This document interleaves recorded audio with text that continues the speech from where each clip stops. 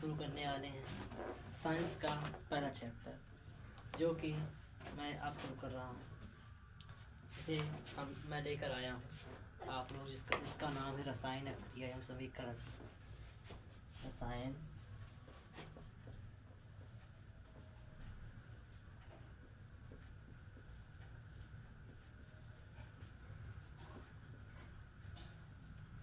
क्रिया एवं समीकरण।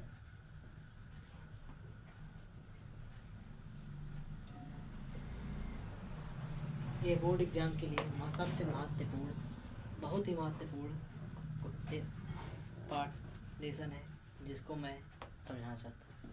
देखिए, सबसे पहले तो हम करते हैं रसायन अपक्रिया के बारे में। देखो, रसायन अपक्रिया, देखो अपक्रिया क्या होती है जानिए।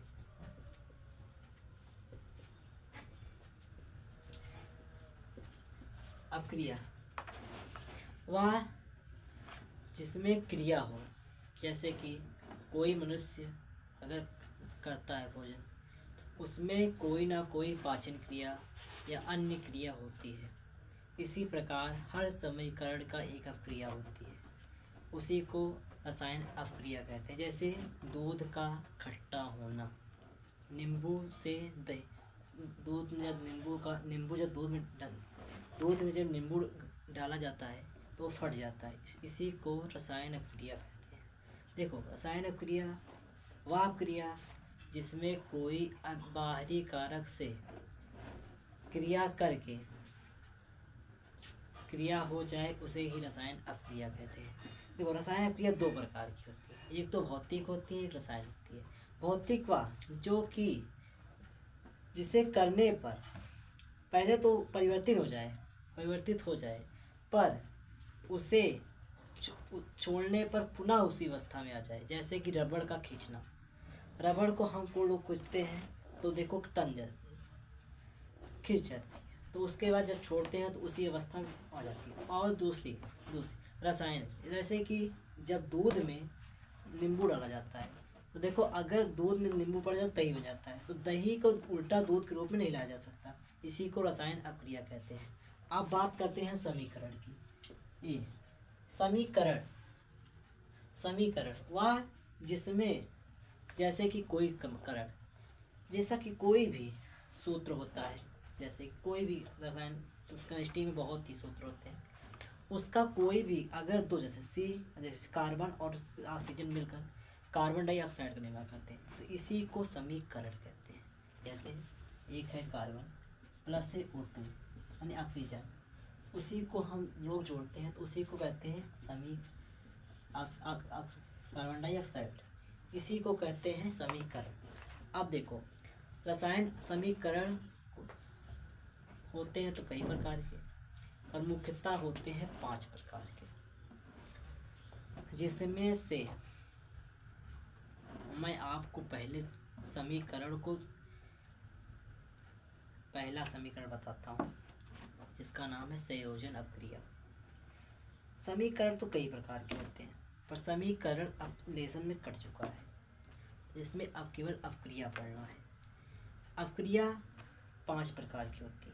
पहला संयोजन अपक्रिया, दूसरा वियोजन अपक्रिया, तीसरा विस्थापन अपक्रिया, चौथा ऊष्माक्षेपी या और 5वां अपचयन उपचयन। अब पहले हम बात करते हैं कि पहले क्रिया है संयोजन क्रिया, जिसको हम लोग जानते हैं, आपको बताते हैं।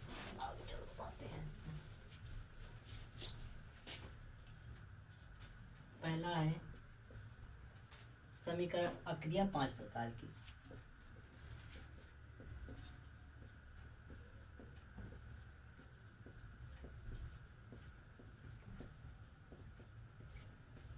होती है।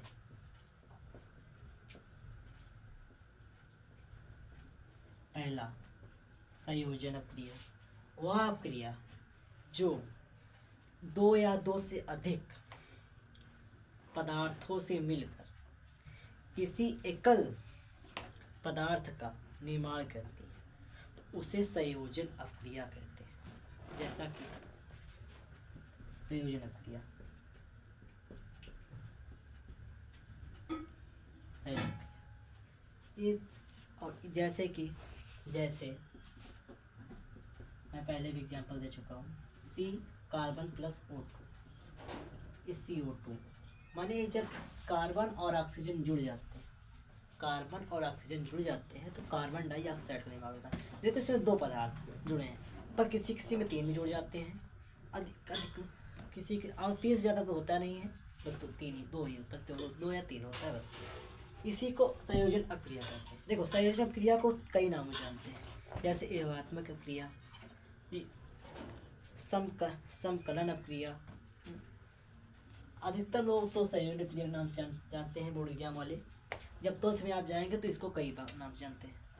अब दूसरे नंबर पे आता है वियोजन अक्रिया, दूसरा नंबर आता है वियोजन अक्रिया। जैसा कि वियोजन अक्रिया,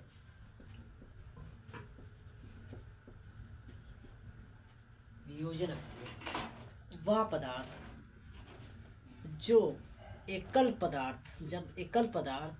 पदार्थ दो या दो से अधिक भागों में टूट जाता है, दो या दो से अधिक भागों में टूट जाता है, तो उसे वियोजन अक्रिया कहते हैं। अब वियोजन अक्रिया, ये मानिए संयोजन का जस्ट उल्टा होता है वियोजन अक्रिया। अब वियोजन अक्रिया किस प्रकार हो रही है, इसे तो अब हम जानते हैं। जैसे उष्मा से वो कभी कभी टूटती है, विद्युत से टूटती है,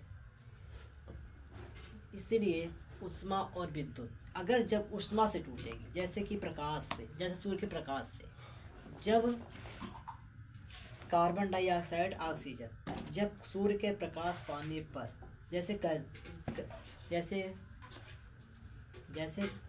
जब कार्बन डाइऑक्साइड और ऑक्सीजन जब मिलते हैं सूर्य के प्रकाश से, तब वो दो भागों में टूट जाता है। तो उसे, अगर सूर्य के प्रकाश से टूटता है या उष्मा से, किसी भी उष्मा से टूटता है, तो उसे उष्मीय वियोजन अवक्रिया कहा जाता है। अगर वो विद्युत से टूटता है, तो अगर जैसे कि किसी को करंट देने पर को टूटता है, तो अगर वो करंट देने पर या विद्युत से टूटता है, तो उसे विद्युत उष्मीय वियोजन अवक्रिया कहते हैं। विद्युत वियोजन अवक्रिया कहते हैं। तीसरे नंबर पर आता है ऊष्माक्षेपी या ऊष्माशोषी। इसमें बच्चे बहुत कंफ्यूज होते हैं, क्योंकि ऊष्माशोषी और ऊष्माक्षेपी इसका कोई नहीं निकाल पाता था। ऊष्माक्षेपी का मतलब है जो ऊष्मा बाहर निकाले, ऊष्माशोषी मतलब है जो ऊष्मा सोखता। इसको तो सिंपल सा इसका अर्थ आप लोग समझ, पर इसका उल्टा अर्थ होता है। ऊष्माशोषी मतलब जो ऊष्मा निकालता, और ऊष्माक्षेपी जो ऊष्मा को ग्रहण करता हो। अब बताते, देखो ऊष्माक्षेपी वह अक्रिया जब सूर्य के प्रकाश द्वारा किसी, जो देखो जब पेड़ है, जब वो आप खाना बनाए, जब हम लोग भोजन बनाया करता है, तो उसमें से जब वो प्रकाश लेता है, भोजन बनाने के लिए, तो उसको ऊष्माक्षेपी अक्रिया कहते हैं। और जब वह कार्बन डाइऑक्साइड लेकर ऑक्सीजन को छोड़ता है, तो उसे ऊष्माशोषी अक्रिया कहते हैं। हालांकि कोई समस्या नहीं, समझने वाले बच्चे समझ जाते हैं बहुत जल्दी, आपको समझ जाएंगे आप भी। जैसे कि आप देखो, ये कार्बन डाइऑक्साइड है, ये है ऑक्सीजन। अगर वो ऑक्सीजन छोड़ता है और कार्बन डाइऑक्साइड लेता है, जब वो कार्बन डाइऑक्साइड ले रहा होता है तो उसे कहते हैं ऊष्माक्षेपी अक्रिया, और जब वो ऑक्सीजन छोड़ रहा होता है तो उसे कहते हैं ऊष्माशोषी अक्रिया। ठीक है। अब आता है चौथे नंबर पर विस्थापन। विस्थापन को कोई नाम नहीं जाता, थोड़ा अंतर है। विस्थापन, प्रतिस्थापन, द्विविस्थापन, कई नामों से जाना जाता है। अब देखो, जो विस्थापन अक्रिया होती है उसे एक सिंपल तरीके से विस्थापित हो जाता है। जैसे कि आप FeCl2 ले लीजिए। ये देखो विस्थापित जब इसको कराएंगे आप, जब Cl2 से, इस देखो Cl2 है, जब ये मिल जाएगा वो FeCl2 है, ठीक है। FeCl2 से CO2 है, CO2 जब ये मिलता है तो CO2 Fe हो जाता है और Cl2 अलग हो जाता है। तो मैंने Cl2 के साथ एक प्रतिस्थापन कर लिया। दोनों जैसे दो परिवार होते हैं, वो उसमें से गया उसमें मिल गया, तो उसी को कहते हैं विस्थापन। पर इसका जस्ट उल्टा है द्विविस्थापन। माने जब वो ना उसके परिवार वाला उसके घर में जाएगा, ना उसके परिवार वाला उसके जाएगा। जैसा कि अगर आप या फिर Cl2 लेते हैं और CO2 है, तो ये CO2 अकेला ही रहेगा, ये लेगा ही नहीं द्विविस्थापन, और इसको प्रतिस्थापन कहते हैं। प्रतिस्थापन अदला बदली लेता है। FeCO2 हो जाएगा और Cl2 वहाँ पे अकेला रह जाएगा। इसके बाद आता है अपचयन या उपचयन अवक्रिया।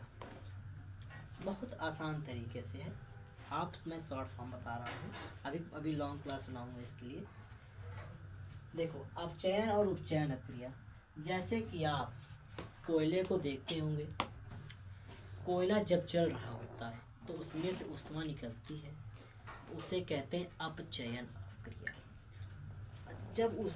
जब चूने में देखिए, जब घुला हुआ चूना जब आप जाते हैं, जैसे जो पेंटिंग में काम आता है, जिसका नाम कैल्शियम डाइऑक्साइड होता है, जब उसको लेते हैं हम, देखो जो उसमें जब पानी डाला जाता है तो उसमें धुआं निकलता है। तो उसका कारण क्या होता है? उसको अपचयन कहलाता है, क्योंकि उसमें धुआं निकल रहा है। और जब कोई वस्तु अगर अपनी तरफ उष्मा को खींचती है, माने खींचती है अपनी तरफ, उसको उपचयन कहते हैं। जैसे उल्टा होता है, कोई दिक्कत नहीं है इसमें। उसके बाद आता है आपका सबसे इम्पोर्टेंट संरक्षण। ये होता है, आप जानते हो, अगर आप ये जानते होंगे तो संरक्षण, ये माने ये ऐसे संरक्षण, इसे आप जानते होंगे। आपको मैं बता रहा हूँ, ये ज़्यादा हो गया है, आप बता रहा हूँ, मैं आपको बता रहा हूँ। देखो ये संरक्षण, देखो ये संरक्षण, ये संरक्षण माने ये जब आता है, संरक्षण वह है। देखो, जब आप लोहा देखे होंगे या पीतल में, जब लोहे में देखो जंग लग जाती है और पीतल में हरी हरी हो जाती है, लग जाती है। सोना और चांदी ऐसी दो वो है, चांदी में पड़ जाती है, पर सोना एकदम अमूल्य, जो जिसके किसी के साथ होती है नहीं। अगर लोहा ऑक्सीजन की उपस्थिति में आता है, या चांदी या तांबा कुछ भी आता है, उसमें कोई ना कोई जंग लगती है, तो वो उससे खराब होती है। जैसे कि आप अगर 1 किलो लोहा लेते हैं, अगर कील लेते हैं, तो उसको अगर आप ऑक्सीजन की अवस्था में छोड़ दीजिए 1 महीने के लिए, तो आप देखेंगे कि उसमें चूरा ढेर काफ़ी सारा झड़ जाए। उसकी वजन अगर 1 kg लिए हैं, 1000 ग्राम, तो उसमें से लमसम आपको 800 ग्राम ही मिलेगा, क्योंकि उसमें जंग लग गया। उसे कहते हैं संरक्षण। संरक्षण बहुत ख़राब चीज़ है, क्योंकि उससे बड़ी बड़ी मशीनें और कुछ भी काफ़ी सारे ख़राब हो जाते हैं। अब आप लोग जानिए आखिरी पॉइंट, जिसको कहते हैं विकृतिगंधिता। आप देखे होंगे, जब दाल या किसी चिप्स के पैकेट में कौन सी गैस भरी होती है? अगर चिप्स की पैकेट में अगर ऑक्सीजन गैस भर दिया जाए, तो चिप्स आते आते ही ख़राब हो जाए, इसलिए उसमें नाइट्रोजन गैस भरा जाता है। नाइट्रोजन, अगर आपके घर में होती होगी कि दाल ख़राब हो गई, दाल में गंध आने लगी, दाल में वो इतनी गर्मी में ज़्यादा सुनाई देता है, क्योंकि गर्मी में कीड़े ज़्यादा काम करते हैं, जो उसमें जीवाणु होता है तेज़ी से काम करता है। अब देखिए, जो दाल महकने लगती है, उसी को विकृतिगंधिता कहते हैं। वो तो बहुत ख़राब चीज़ होती है, उसी से सब चीज़ खराब होता है, और बहुत अच्छी चीज़ होती है। अगर वो ना हो, तो जहाँ भी कोई कुछ फेंका जाता है, तो अगर वो ना सड़े, तो वहाँ पे गंध बहुत आए, इसलिए उसको जीवाणु खा जाते हैं, तो वहाँ पे अच्छा काफ़ी हो जाता है। आखिरी इसी को देखते हुए, अगर वीडियो अच्छी लगी हो तो शेयर, कमेंट एवं लाइक ज़रूर करिएगा। मेरी पहली क्लास है, अगर कोई त्रुटि हुई हो तो मैं अगले वीडियो में सुधार करने की कोशिश करूँगा। राधे राधे दोस्तों।